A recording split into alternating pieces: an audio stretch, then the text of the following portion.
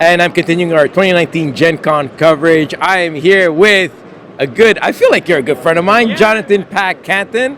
We talk about everything on Facebook, and I finally get to meet him. Of course, he is the designer of Sierra West, amongst other things, which is sold out right now at the con.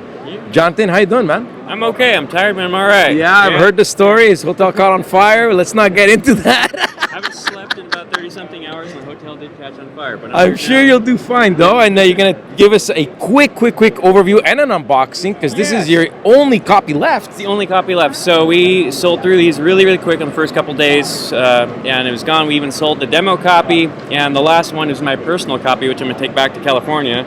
And I'll start working on the expansion using this. Expansion, here we go. So I'm going to unbox this. I actually haven't unboxed one of these myself yet. Wow. So this is new to me. It's first. new to you. There might be, something crazy in here. We'll see. No, maybe there'll be a flood or something. Or a fire. I hope not. Okay, so here's the rule book. All right. And we got some punch boards. So there are promos in here. So we got one for Teotihuacan, if I can say it correctly. Okay. And, yeah, you got that too? I think you said it right. Okay, and then we got promo for Dice Settlers. So over here, and that's there. Then we got our main punches. This is the scoring track. That punched out really easily, as you can see. Seamless, beautiful. We got all the boots and fishes for some of those stuff. We got some of the cabin tiles. Start player marker there with the old Californian gold miner. We got the animal tiles. We got badges. Badgers. We don't need no stinking badgers. All right, here we go. Those are actually non-indigenous to California, and it was in there strictly so I can make that joke once in a while. That we don't need no stinking badgers. Punches out really nicely, man. Sure does. Yeah, it's got that nice linen finish on it. And so this is going to create the base of the mountain. You see a little puzzle piece going together there. Yeah. So then we got some player aids that are all wrapped up there. So these are the player boards, and they're double layer, so you see that there's some recessed spots right there. Okay, so take a look at that. We have some for each player. We got all kinds of great little resources. We got our custom wood shapes. We got some custom silica salt, scoring markers. We got a variety of different meeples here, so that way they can do different things. You got your little pioneers and frontiersmen. Right, with different shapes. Different hats there. So you can know which one's doing which thing. We also have some canoes. We got the mule. The mule, okay. That's a little neutral piece. And then we got the wagons. The wagons there. And we got some food. It's real food. And we got some stone. And we got a bag of gold. Okay, look at that. Feels a little bit light, but you know. We got the good old insert. Gold, real gold. Yep. So we got the decks kind of sorted out into their little pockets here. Okay. So there's quite a few cards in the game, but the game is played with modules, so you're not going to play with all the cards in any given game. You're going to play with a subset of those. Ah, okay. And so why don't we crack into one of these here? If I got any skills, get that little line. There we go. There you go. You got We're doing it. All right. So what we're looking at here is we got the little blue hats in the corner. This is going to be the starting cards for the blue player. So those are all sorted out. We can set that aside. We got the green player. And there's up to 4 players. It's a 1 to 4 player game, so you got your color coded. 1 to 4 players, so you could play solo. Yes. Okay. Absolutely. And there's that one.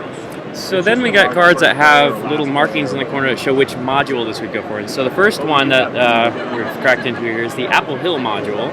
This is about the autumn time, and there's plenty and lots of apples and resource management. And so we can see a little apple icon in there. So these would all be coming out there. And for each player in the module, there's a card that goes into their player deck. So if we were playing with the Apple module, we would give those go in there. Gotcha. Players, Right. Go there, and we'd hand all those out, and those would go into their decks. So there's 2 types of cards in the module. You're going to have these ones that are going to eventually fall down into this little row here to build out some sort of thing. In this case, it's an orchard. Another one, it's going to be a river. Another one, it's a gold mine. It's going to have a different feature in each one that's pretty significant to the gameplay. Okay. And then the other cards, some of these will end up like here. They're going to get stacked and layered. Right, I saw this. It's going to make kind of like a pyramid / mountain. Mm-hmm. Yeah. So these would actually start up in the spot here. So you'd create a layer of cards. There we go. And you kind of see that this is going to build up and create a big mountain area. So right. I believe it's like so. I believe in there. I might kind of cut to the chase. So you're going to end up with a mountain that's going to be different. And the cards that are unlocked are the ones that are on top with nothing on top of them. those will actually go face up. So Okay. say in the middle of the game, we might get to a state where it's like that because some players have collected some of the cards, and this will kind of break down as we go through it.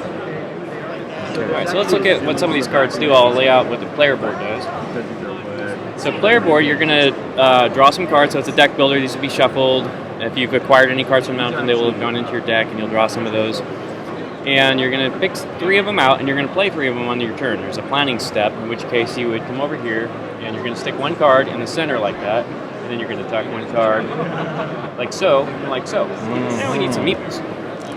Let's get some of these guys out. So, got a meeple here, and a meeple here. So these ones stay on your board, and then we have one that goes out on the Mountain board. Right. So Just basically, gonna switch everything you around push those here. out a little bit. There we Get go. those facing you instead of me. That makes sense. So player turn would be setting up those cards, and then you get to do a bunch of little micro actions, which allow you to do some different things. So in this case, boots allow you to move up the mountain because we're trying to get to those face-up cards. Okay. So that way you can buy those cards. Acquire those cards, This would right. get me a food. So we'd have a dish of foods out there, and we'd collect that onto your player board. And we say get a couple more boots, and you go boinky boinky. At any point, I could even alternate and use the other worker to do the sequence. So in this case, there's getting stone. And over here, there's a shovel, and this allows you to actually buy the card from the mountain. It's like your buy action. And it's Okay. got a little cost. It says spend a resource. Let's say we decide to spend a stone. And that would happen. This guy comes down, and you get this card. You can stick it on top of your deck, so that would be over here in your deck building in that case. This would reveal, not that. It would reveal this card.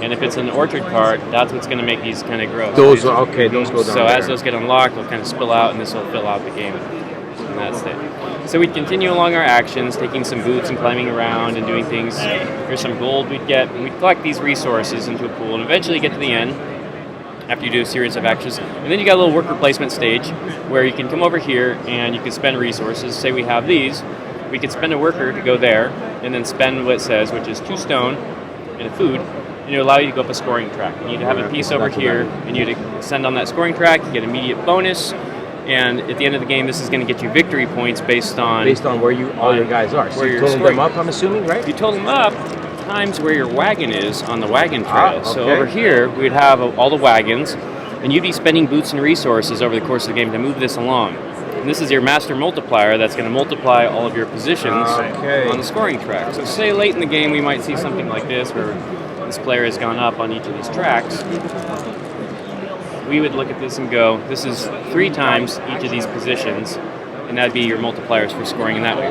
The other way to get points would be for the cards that you collect from the mountain, get you victory points, have a little victory point marker on them, so you'd be deck building, which also gets you points. Then there's some other tertiary systems like getting gold and some leftover resources, or depending on the module, there's going to be probably one more significant way to make victory points. So in the Apple one, which we're playing with here, there's another scoring board. So what you'd actually have is an extension. So here we'd have 2 more of these blue markers, and you'd be buying and selling on these cards. apples, and you'd be kind of going multiplier centric as you manage these. Now, how many modules are in the game? There's 4 in this one. So That's this is really kind of showing cool. you. Yeah. So this is like a kind of the resource management one where you're doing this kind of it's a friendlier one, easier to break into.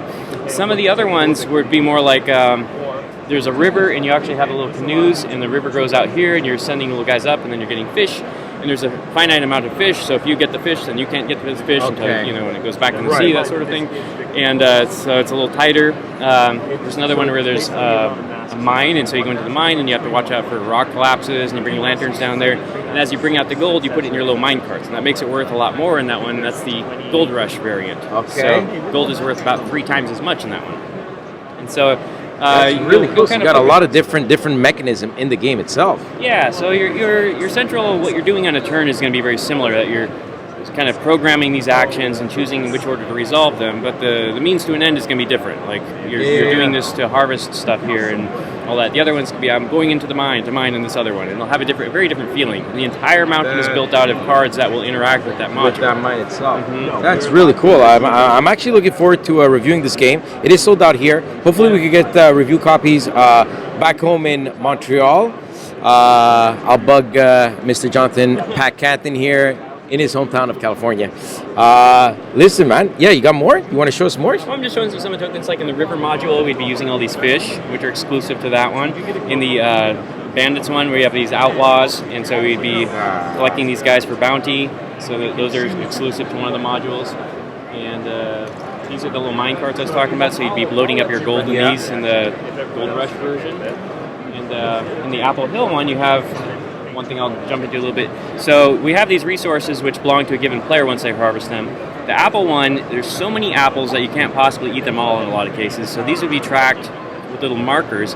And if I leave any on this track and end my turn, they go to the next player.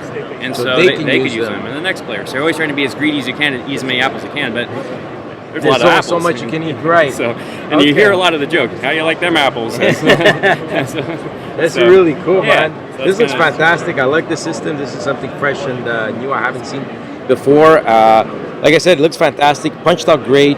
4 different modules. That sounds really intriguing to me.